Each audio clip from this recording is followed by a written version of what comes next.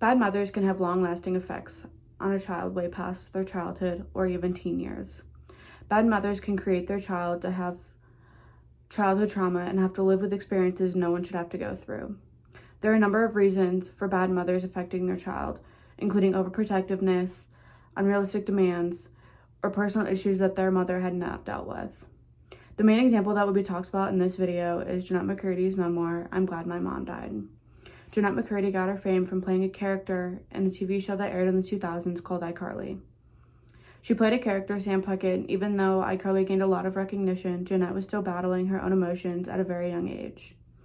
This book breaks down the barriers of being afraid to speak up about childhood trauma and make it known that being afraid of men or people who are stereotypically above you does not have to define you or make you feel less than, and shows that strength in women does not have to come from someone else, but it can come from yourself. Throughout this video, I'm going to show how Jennette's mother was a bad mother and how her actions affected Jennette long term. Jennette McCurdy did not grow up in the most stable and healthy household. Her mother and father fought, but her mother always told you, I want to give you the life I never had. By the age of 6, Jennette was acting and in the media industry. Over time, when Jennette started booking roles, and her mother started to exploit her. And this is the first of many ways Jennette's mother is an example of a bad mother. She would exploit Jennette for money, her fame, and everything else she could.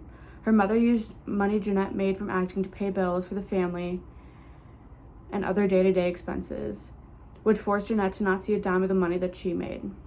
Jennette's mother would also take food from the sets to feed her siblings, which made Jennette feel uncomfortable.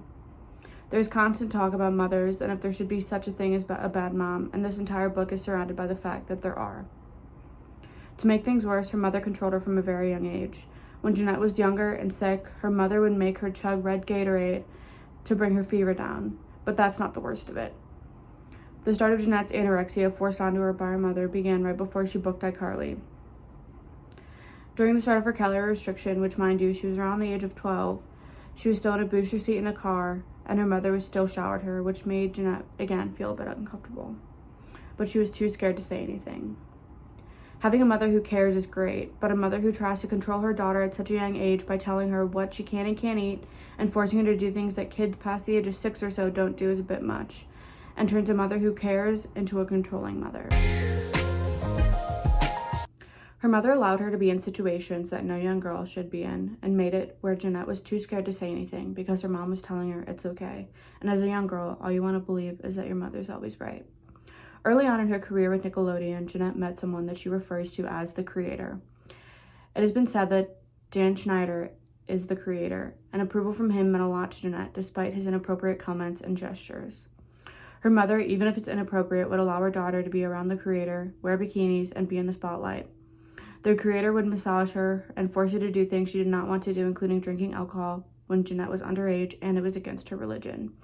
Jennette made it known that her mother chose this life, not her. You say quite frankly that this was never your dream. Stardom was never your dream. Whose dream was it? My mom's. I think she wanted me to have a better life than she had, but I also think her approach was very unhealthy and informed by her own lack of self-work, and she lived vicariously through me.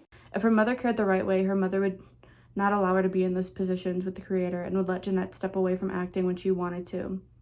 During this time, she realizes that she feels robbed and exploited, which is understandable. At the end of her time on iCarly, she gets into music and goes on tour, and when she gets back from it, her mom says, "You're getting chunky, and we need to get you on a diet," which, first of all, who says it to anyone, but secondly, especially a mother. Jennette, by this point, was 18 years old. Throughout her life, her mom affected her career and made her want out of acting. Dan Schneider promised Jennette her own spinoff that turned into one with another Nickelodeon star, Ariana Grande. This just fueled Jennette's anger towards acting, but one day, she received a call from her agents, and they tell her that they're canceling Sam and Cat, which was the spinoff of iCarly. And this news thrilled Jennette.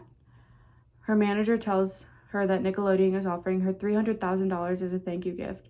This gift had one caveat.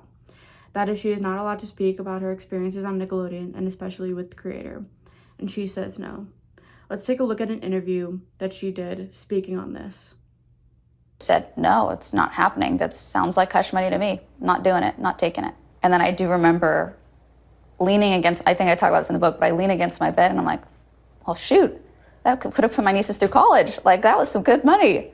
But I am ultimately proud of my decision there, wherever it came from. Even if it was informed by self-righteousness, I think that, I did something that was really hard to do. Oh my God, it makes me emotional. I'm proud of myself. Why? Why proud of yourself? I think I've chosen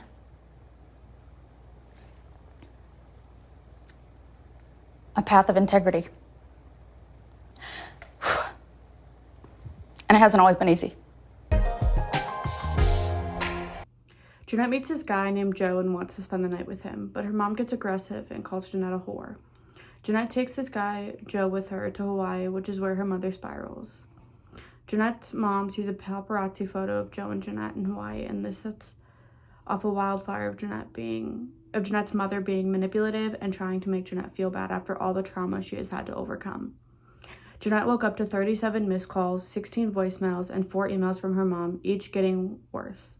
One email reads, "Nothing more than a little slut, floozy, conniving. I'm no longer your mother. You caused my cancer to come back," which is probably the most selfish thing her mom could have said to Jeanette, and Jeanette proceeded to end this relationship.